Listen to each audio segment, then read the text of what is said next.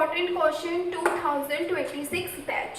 First है contemporary world part A से। First question the end of bipolarity 3 marks का question आएगा। इसके अंदर हमारा आता है rise of private industries, economic crash. उस टाइम पे इकोनॉमिक क्रशेस क्या क्या हुए थे, किस तरीके से मतलब बायोप्लॉरिटी डिवाइड हुई थी, खत्म हुई थी, और प्राइवेट इंडस्ट्रीज में क्या हुआ था।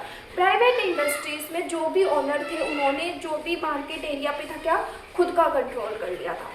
सेकेंड क्वेश्चन है ऑल्टरनेटिव सेंटर्स ऑफ पावर। अब जैसे जैसे ये खत्म हो गया तो उसकी वजह से और जो यूनियन थे और जो ऑर्गेनाइजेशंस थे वो क्या हो गए, पावर में आ गए। यूरोपियन यूनियन, एशियान, ये इसके दो मोस्ट इंपॉर्टेंट एग्जाम्पल है।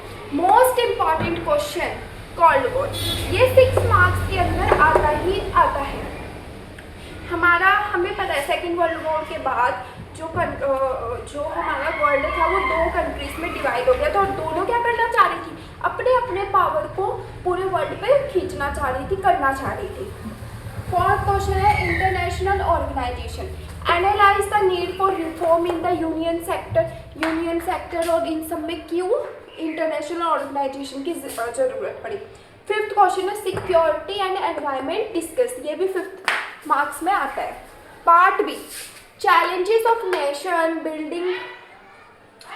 अब ये सब खत्म हो चुका था। पार्ट बी में हमारा इंडिपेंडेंस एरा आ जाता है, जिसके अंदर हमें क्या करना था, पार्टीशन बहुत इंपॉर्टेंट था। स्टेट को हमने पहले पार्टीशन कर दिया था, उसके बाद क्या हुआ था कि जो स्टेट थे इंडिया के अंदर उनके बीच में भी क्या हो रहा था, अपना अपना स्टेट को वो अहमियत देना चाह रहे थे। असम हो गया, सिक्किम हो गया, ये सारे स्टेट्स में रिकॉग्नाइजेशन भी चल रहा था।